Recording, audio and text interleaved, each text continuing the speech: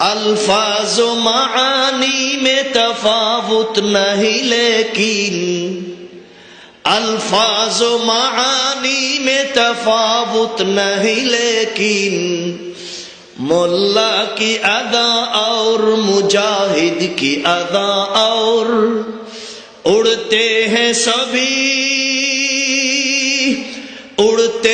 सभी तुम के नजर एक ही फिजा में किर्गिज की जहां और है शाही की जहां और।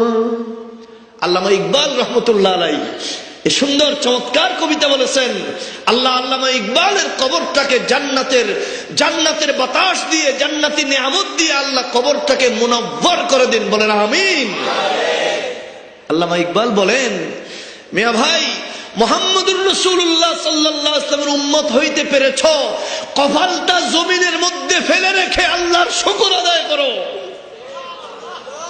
বলেন ঠিক কিনা? এটা একটা দৌলত। মুহাম্মদুর রাসূলুল্লাহ সাল্লাল্লাহু আলাইহি ওয়াসাল্লামের উম্মত হইতে পারা এটা একটা সম্পদ। এটা কি হালকা, ছোট না অনেক ভারী, অনেক বড়, ঠিক কিনা? নূহ নবীর উম্মতেরা 950 বছর, 1000 বছর, 1000, 1500 বছর, 500, 700 বছর ইবাদত বন্দেগী করেছে, বেঁচে ছিল। অন্য অনেক নবীর উম্মতেরা 150, 200, 250, 300 বছর হায়াত পেয়েছে, তারা আমল করেছে, বন্দেগী করেছে, বলেন ঠিক কিনা? আল্লাহ রাব্বুল আলামিন এই উম্মতকে শুধুমাত্র একটা রাত্রি দান করেছেন, একটা রাত্রি। আর সেই রাতের ব্যাপারে তিনি ঘোষণা করে দিয়েছেন, লাইলাতুল কদরি খায়রুম মিন আলফি শাহর। ও আমার বান্দারা শোনো, আমার বিশ্ব নবীর উম্মতের জন্য আমি একটা রাত্রি হাদিয়া দিলাম। এই রাত্রিতে আমার যে বান্দারা ইবাদত করবে 1000 মাসের চাইতেও খাইর, খাইর মানে বেশি, খাইর মানে উত্তম।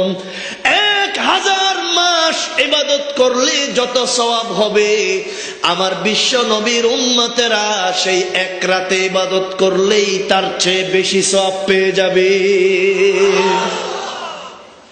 রহ গিয়া রুসমে আদা, আল্লামা ইকবাল বলেন, রহ গিয়া রুসমে আদা রূহে বেলালি না রহি, ফলসফা রহ গই তলকিন গজালি না রহি।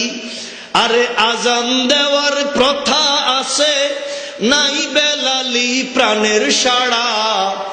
আজান দেওয়ার প্রথা আছে, নাই বেলালি প্রাণের সাড়া। ফলসফা থাকলে কি হয় ইমাম গাজালির শিক্ষা ছাড়া। ফলসফা থাকলে কি হয় ইমাম গাজালির শিক্ষা ছাড়া। ও মুসলমান ভাই শোনো, এখনো সারা পৃথিবীর মুয়াজ্জিনরা মসজিদগুলোতে নামাজের সময় হইলে আল্লাহু আকবার বলিয়া আজান দেয়, ঠিক কিনা?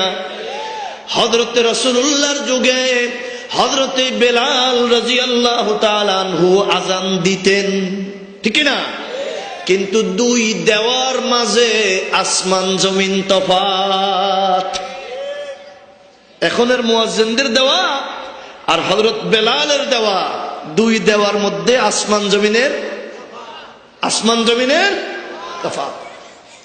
কিতাবের মধ্যে আছে হযরতে বেলাল ডান দিকে ফিরে যখন হাইয়া আলাস সালাহ বলতেন, বাম দিকে ফিরে যখন হাইয়া আলাল ফালাহ বলতেন, বেলালের আজানের আওয়াজ আকাশে যাইতো, বাতাসে যাইতো।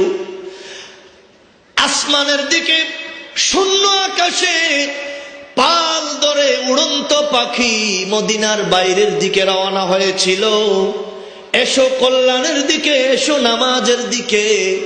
বেলাল যখন হাইয়া আলাস সালাহ, হাইয়া আলাল ফালাহ বলে ডাকতেন, তখন ওই উড়ন্ত পাখিগুলো পর্যন্ত তাদের রুখ পরিবর্তন করে মসজিদে নববীর দিকে রওনা হয়ে যেত। রহ গিয়া রুসমে আদা রূহ রুহে বেলালি না রহি, আজান দেওয়ার প্রথা আছে, নাই বেলালি প্রাণের সাড়া।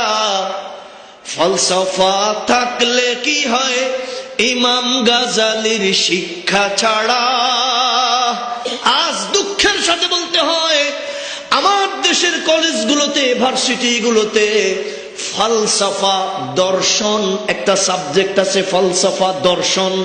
প্রিয় ভাইগণ, এদেশের কলেজ ভার্সিটির এই দর্শন আর ফলসফা পড়ে পড়ে আমার দেশের মুসলমান ঘরের ছেলেরা, মুসলমান ঘরের মেয়েরা নাস্তিক আর মুরতাদ হয়ে হয়ে বের হচ্ছে।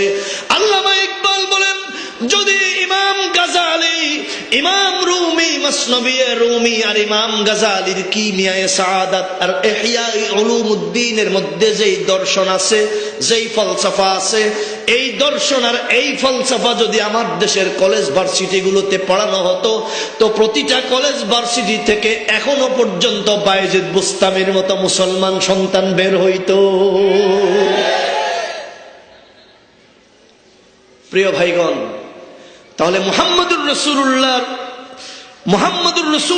সাল্লাল্লাহু আলাইহি ওয়াসাল্লামের উম্মতের আমল, উম্মতের ওজিফা, উম্মতের জিকির, উম্মতের তেলাওয়াত আর অন্য সবার জিকির তেলাওয়াত, অন্য সবার আমল বেশ কম আছে কিনা?